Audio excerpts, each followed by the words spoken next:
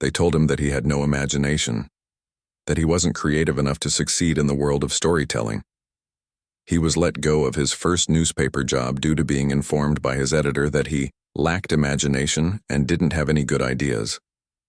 But the man they let go didn't quit. That man created a world of magic, dreams, and endless imagination.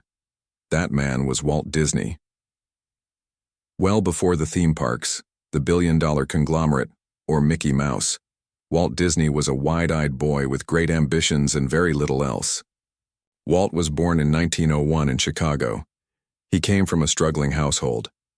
His father was severe, his childhood was brutal, and life wasn't very comfortable for him.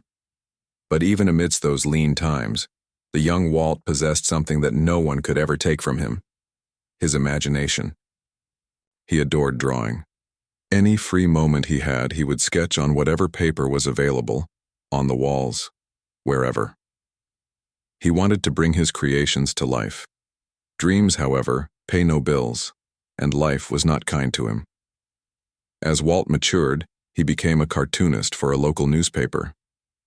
It was his breakout role, or at least so he believed. But shortly after he began, his editor informed him he wasn't imaginative enough. He was let go from his job for not having enough imagination. It was a devastating blow. To most, this would have been the end of it.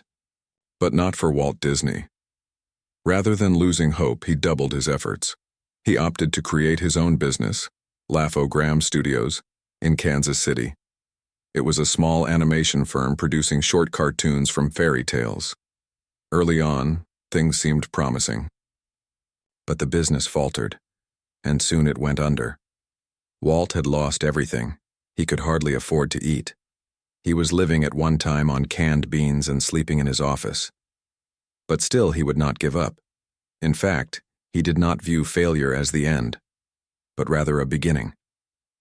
With absolutely nothing to lose, Walt boarded a one-way ticket to Hollywood, with only $40 and a suitcase full of sketches to his name. He felt that if he could imagine it, he could do it.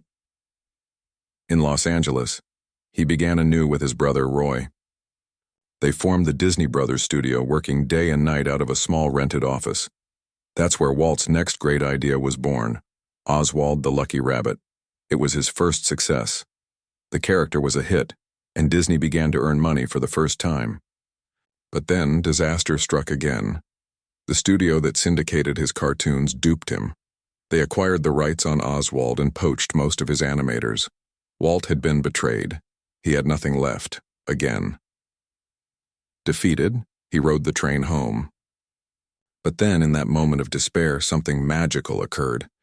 He began to draw a new character, one that would change everything. That little doodle became Mickey Mouse. At first, nobody wanted Mickey. No studio wanted him.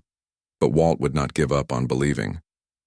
He poured his heart and soul into making the first Mickey Mouse cartoon, Steamboat Willie.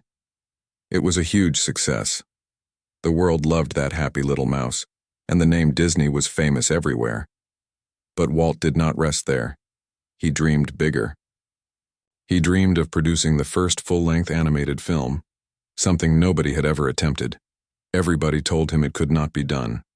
The media dubbed it Disney's folly. They predicted that people would never watch a feature-length cartoon. But Walt loved his dream more than anyone. He took out a second mortgage on his home, borrowed all the money he could find, and risked everything to create that film.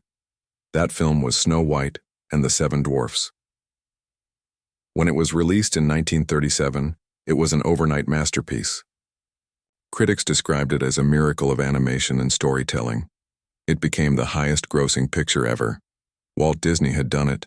He had taken his greatest gamble and made it his biggest achievement. After that, there was no turning back. He produced Cinderella, Bambi, Pinocchio, Peter Pan, and all the rest. His studio was a beacon of imagination, creativity, and hope. And when he envisioned a place where families could unite and feel magic in life, folks said it was nuts. They said it would not work. That dream evolved into Disneyland. Walt Disney once stated, "All our dreams can come true if we have the courage to pursue them." And he lived by those words every day. He took each rejection and turned it into a new idea, each setback and turned it into a new beginning. He proved to the world that imagination is not something bestowed on the lucky few. It's a flame that anyone can keep burning if they never give up believing. Walt Disney's tale is evidence that failure does not identify who you are. What identifies who you are is the way you react to it.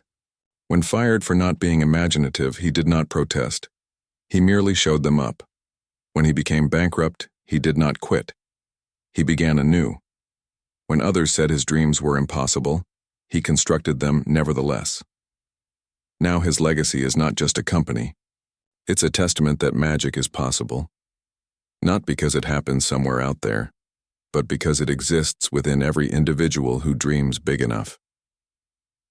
The man who was told he had no imagination created a world that encourages imagination in billions.